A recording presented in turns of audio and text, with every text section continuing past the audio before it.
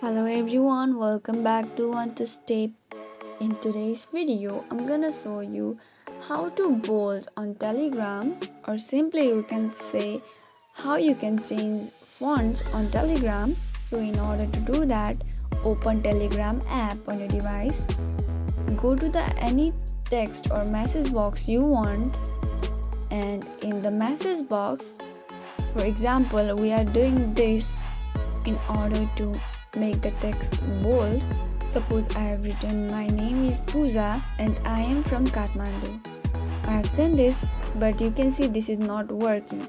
So I have done another text. I have written another text. Here I have written computer technologies, and you can see how the font is changed or how the text is bold here. This is how easily you can make text bold on Telegram or change fonts on Telegram. If you found the video to be helpful, please do not forget to subscribe to our channel and also press the notification bell for more updates. I'll see you again in next video. Goodbye till then.